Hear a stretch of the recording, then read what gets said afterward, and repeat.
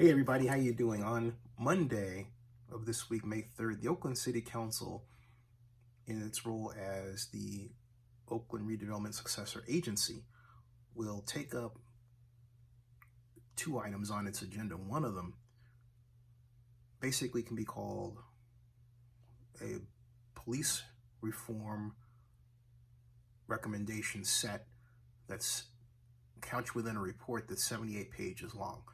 And I have to say it involves the work of a lot of organizations. For example, Oakland Rising put out a survey that reached 30,000 people.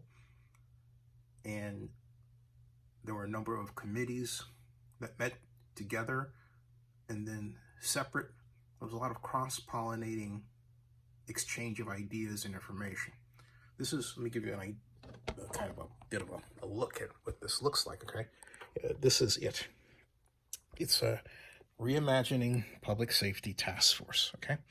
And report and recommendations.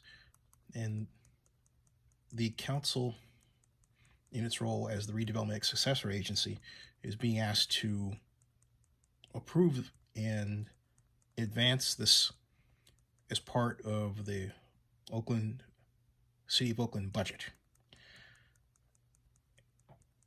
They've done a wonderful job. There is just one giant problem. Who's in charge?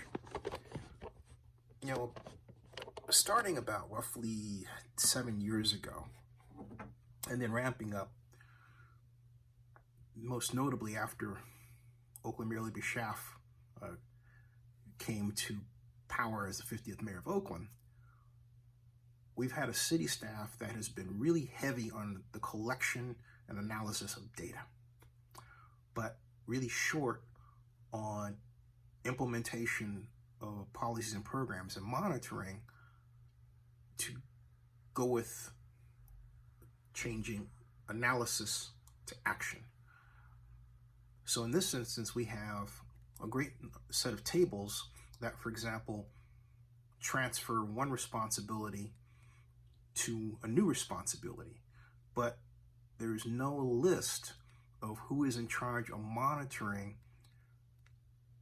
first of all, implementing that, and then be monitoring how it works.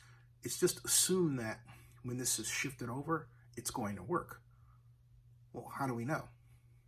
And for example, providing more comprehensive reentry support and revised joint type applicable increased programming to prevent system contact, including restorative justice, diversion, and reentry supports. What does that mean? Task Force prioritization poll votes 10. Advisory Board's estimated time frame. Okay. The Advisory Board's estimated cost and savings, and then phase one.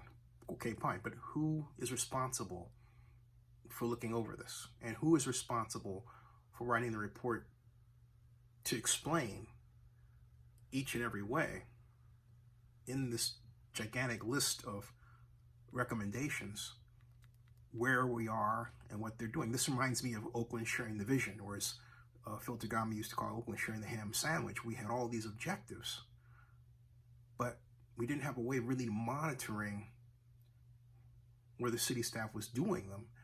And so city staff would take the goals and objectives and they would modify explanation to fit whatever narrative they had for a budget as the future unfolded. This looks like that kind of situation. Extremely well-meaning idea, very comprehensive, but it lacks the proper oversight and management to guide its implementation. And so that really needs to be spelled out. It's not clear here. It's clear as mud. What's clear here is that a lot of great analysis work and a lot of great process transference ideas were communicated onto HTML or PDF. I wasn't about to say paper, but that's it. Who's in charge? Well, where's the beef, right? You know, who is the big cheese that's the czar of all this? That's where this needs to be cleaned up. Subscribe to Zenny62 and bookmark oaklandnewsnow.com.